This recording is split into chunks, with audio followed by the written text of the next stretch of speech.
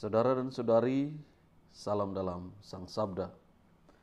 Pada kesempatan ini saya mengajak kita sekalian untuk melihat kembali ketujuh sakramen yang ada dalam gereja Katolik.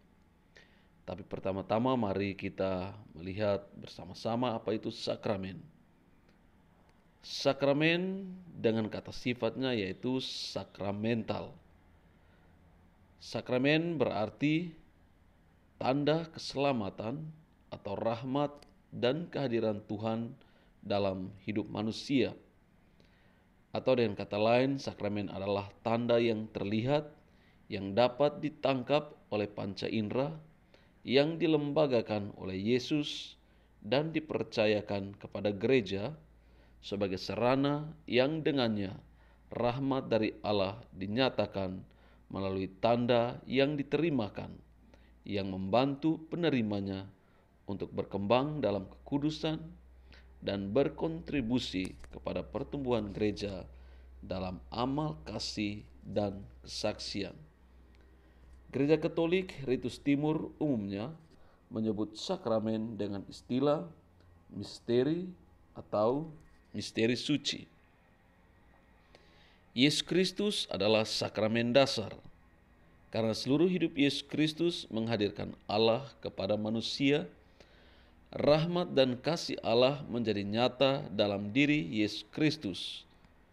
Rahmat dalam sakramen hanya akan menjadi efektif jika penerima sakramen memiliki iman dan keadaan batin yang siap dalam pelaksanaannya.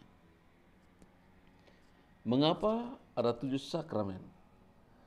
7 sakramen dipilih karena ketujuh sakramen tersebut mewakili seluruh hidup manusia, dan karena angka 7 merupakan angka sempurna yang memiliki makna khusus. Ketujuh sakramen itu dihadirkan bersumber dari hidup dan karya Yesus sendiri. Ketujuh sakramen itu adalah yang pertama, sakramen baptis atau yang kita kenal dengan permandian. Itu bersumber dari baptisan Yesus yang kita lihat pada Injil Matius bab 3 ayat 13 sampai dengan ayat 17. Yang kedua adalah sakramen Ekaristi atau yang biasa kita sebut dengan komuni pertama. Perintah Yesus dalam perjamuan malam terakhir itu dalam Lukas bab 22 ayat 19. Yang ketiga adalah sakramen penguatan atau yang sering kita kenal dengan sakramen Krisma. Hubungan tak terpisahkan antara Yesus dengan Roh Kudus.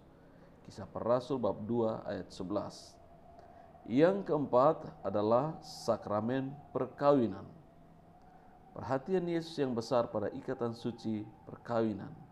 Matius bab 19 ayat 3 sampai 12. Yang kelima adalah sakramen imamat.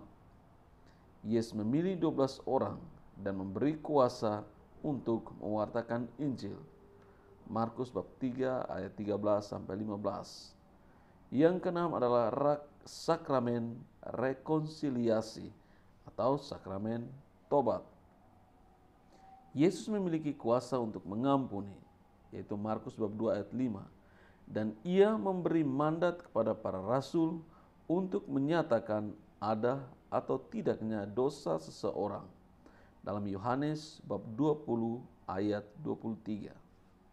Sakramen yang ketujuh adalah sakramen pengurapan orang sakit atau sakramen minyak suci. Yesus menyembuhkan banyak orang sakit dan pengutusan para murid untuk pelayanan penyembuhan dengan menggunakan minyak. Markus bab 6 ayat 13. Saudara dan saudari, sakramen yang hanya dapat diterimakan satu kali seumur hidup adalah sakramen baptis, sakramen krisma, dan sakramen ekaristi. Gereja adalah sakramen keselamatan karena gereja adalah tanda persatuan mesra dengan Allah dan kesatuan seluruh umat manusia. Gereja menghadirkan Kristus dan Kristus menghadirkan Allah. Demikian sedikit jelasan mengenai ketujuh sakramen yang ada dalam Gereja Katolik. Salam dalam Sang Sabda, Tuhan memberkati.